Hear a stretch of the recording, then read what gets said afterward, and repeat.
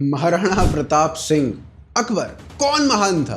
कौन हल्दी घाटी का विजेता था? किसने युद्ध जीता था? एनसीईआरटी में केवल मुगल हिस्ट्री ही पढ़ाई जाती है या फिर सही में कुछ भारतीय हैं हमारी स्कूली पुस्तकों में? अब ये सब सवाल आप उठा लो तो आप संगी, और इन सभी सवालों को फैक्ट्स के आधार पर रखो और सवाल करो तो आप गोदी मीडिया। साला ये समझ में नहीं आता कि लास्ट टाइम रवीश जी को जब देखा था तो भाई साहब ने कहा था सवाल पूछने चाहिए, फिर हमने सवाल पूछ लिए तो हमें कहा अबे केवल गवर्नमेंट से सवाल पूछने चाहिए। अगर ये वाले सवाल पूछोगे तो तुम संगी।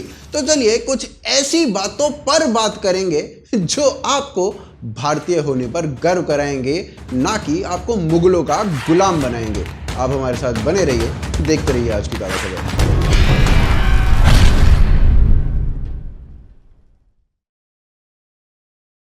तो जी, महाराणा प्रताप के बारे में बात करने से पहले कुछ ऐसी बातें करना बेहद आवश्यक है जिन्होंने आपके मस्तिष्क से महाराणा प्रताप की स्मृति तक को मिटा दिया। वर्ष 1981-82 एनसीईआरटी की गाइडलाइंस आई और कहा गया कि नेशनल इंटीग्रेशन के लिए छत्रपति शिवाजी महाराज को महाराष्ट्र में ओवर ग्लोरीफाई ना किया जाए। उस पर सीताराम गोयल ने एक जवाब भी दिया और उस जवाब में उन्होंने कहा ऐसा कोई इतिहासकार पैदा नहीं हुआ है जो राजे की पर्सनैलिटी को ढंग से लिख भी पाए। और तुम ओवर ग्लोरिफिकेशन की बात कर रहे हो। कुछ टटपुंजू पॉलिटिशियन शिवाजी महाराज को अपने जैसा बौना बनाना चाहते हैं, लेकिन वो जानते नहीं वो बेचारे सड़क पर खड़े होकर सूर्य पर थूकने की कोशिश कर रहे हैं। लेकिन भाई इस सब का नतीजा क्या हुआ? इस सब का नतीजा ये हुआ कि महाराष्ट्र की क्लास 7th की इतिहास की किताब में 154 पेजेस हैं और इनमें कई सारे पेजेस तो केवल मुगलों के लिए समर्पित हैं, लेकिन छत्रपति महाराज का उल्लेख होता है चैप्टर 10 में, वो भी केवल 6 लाइंस में पूरा कर दिया जाता है। और तगड़ी बात तो ये कि उन 6 लाइंस में एक फोटो तक नहीं लगाया जाता है शिवाजी महाराज का उल्लेख करते हुए। लेकिन ये केवल महाराष्ट्र में ऐसा हुआ है या केवल शिवाजी महाराज के बारे में ऐसा हुआ है?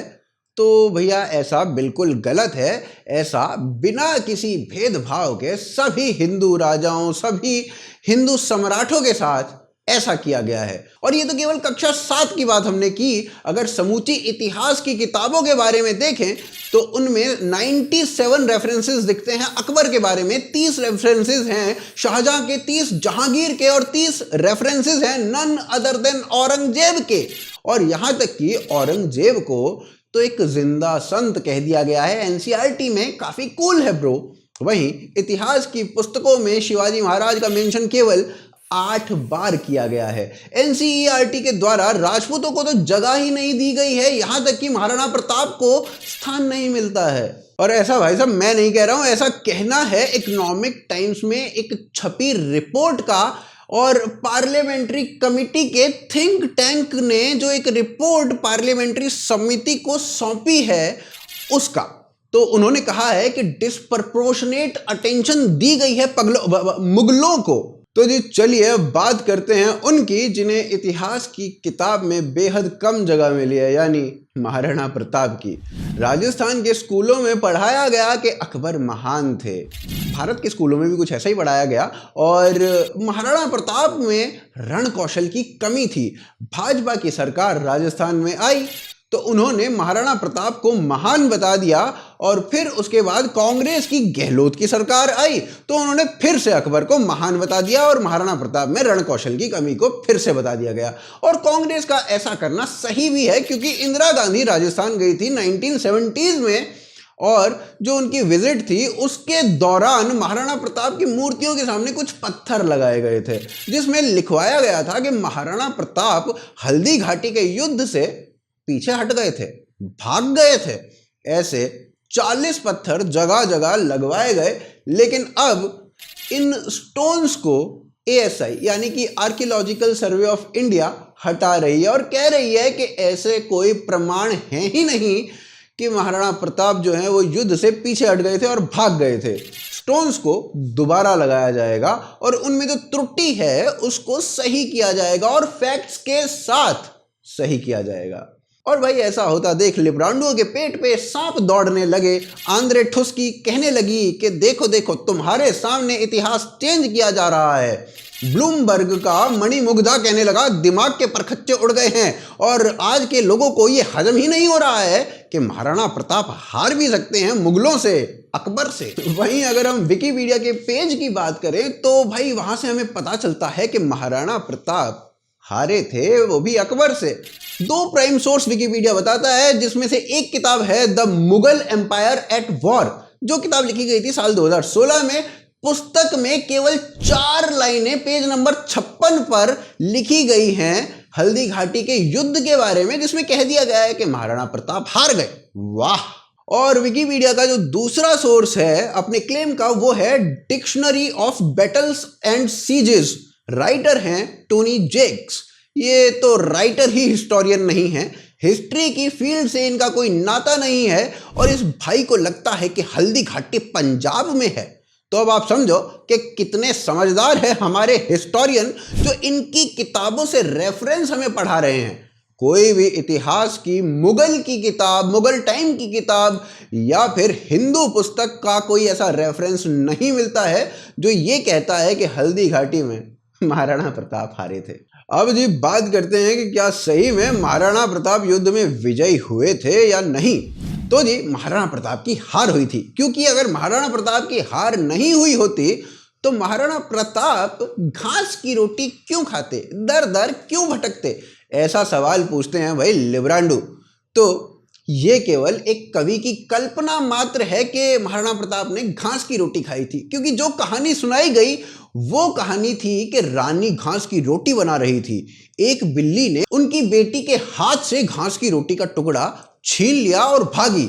उस कहानी में सब कुछ ठीक हो सकता था, मैं सब कुछ मान सकता था, मगर महाराणा प्रताप की कभी कोई बेटी हुई ही नहीं, तो बिल्ली रोटी छीन कर किससे भागी, ये आज तक समझ में नहीं आया। फिर दूसरी ओर एक कविता लिखी गई, जिस कविता में बताया गया कि बिल्ली रोटी लेकर भागी। तो इस प्रसंग को दिखाने के लिए लिखा गया नन्यो सो अमरियो चीख पड़ो, यानी कि नन्हा सा अमर चीख पड़ा। मगर उस वक्त जब हल्दी घाटी हुई थी तो अमर नन्हा सा तो कतई नहीं था, क्योंकि अमर ने 1582 में बैटल ऑफ दीवर लड़ी थी और तब वह 17 वर्ष के थे। हल्दी घाटी का युद्ध हुआ था 1576 में, यानी 6 साल पहले। तो 17 - 6 होता है 11 साल, और 11 साल की आयु में अमर तलवार चलाना सीख चुके थे। तो आपको क्या लगता है कि एक बिलाव को देखकर अमर चीख पड़े होंगे? वहीं घास की रोटी का जो सबसे पहला जिक्र आता है वो आता है टोड की पुस्तक में, जहां वो खुद कहता है कि इस बात के कोई प्रमाण है ही नहीं कि ये बात यहाँ पर बोली जाती है। इस बात का जिक्र ना तो अमर काव्य वंशावली में है, ना राज रत्नाकर में है, और ना ही किसी ख्यात में है। लेकिन फिर भी आज हमें उस बात को ऐसे पढ़ाया जा रहा है मानो वो हिस्ट्री की बात हो। महाराणा प्रताप किसी भी समय एटलीस्ट 10,000 स्क्वायर किलोमीटर पर राज किया करते थे मेवाड़ में, जहां अकबर की रूह तक भी नहीं भटकी थी, और मेवाड़ के आसपास के राज्य भी उन्हें मदद दिया करते थे जब भी रिक्वायर्ड होते थे। गुजरात के पोर्ट पर जाने के लिए मेवाड़ से ही होकर जाना पड़ता था, और मेवाड़ उन पर टैक्स लगाया करता था जो भी यात्री हुआ करते थे। मेवाड़ में जिंक और कॉपर बहुत बड़ी मात्रा में निकलता था, और इनका निर्यात भी मेवाड़ में महाराणा प्रताप से भी पहले किया जा रहा था। मेवाड़ में उड़द दाल, मक्का, मूंग, चावल बड़ी मात्रा में पैदा होता रहा है। तो आपको क्या लगता है कि ऐसे राज्य का राजा जिसने 10,000 स्क्वायर किलोमीटर पर राज किया था, वो घास की रोटी खाएगा? अब भाई अकबर को महान बताने वाले, उसे सेक्युलर बताने वाले इस तरीके की बात तो करेंगे, उनसे क्या ही उम्मीद की जा सकती है। और अगर आपको अकबर के सेक्युलरिज्म के बारे में पढ़ना है, सुनना है, समझना है, तो एक वीडियो का लिंक मैं शेयर कर रहा हूं डिस्क्रिप्शन में।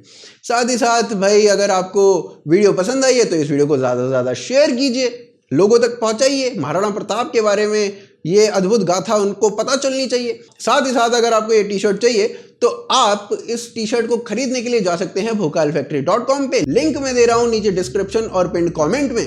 उसके अलावा आप हमें ट्विटर, फेसबुक, इंस्टाग्राम पर फॉलो कीजिए, पेट्रियन पर मदद कीजिए या फिर ज्वाइन बटन के थ्रू मदद कीजिए। आप देख रहे हैं आज की ताज़ा खबर। जय हिंद, जय भारत।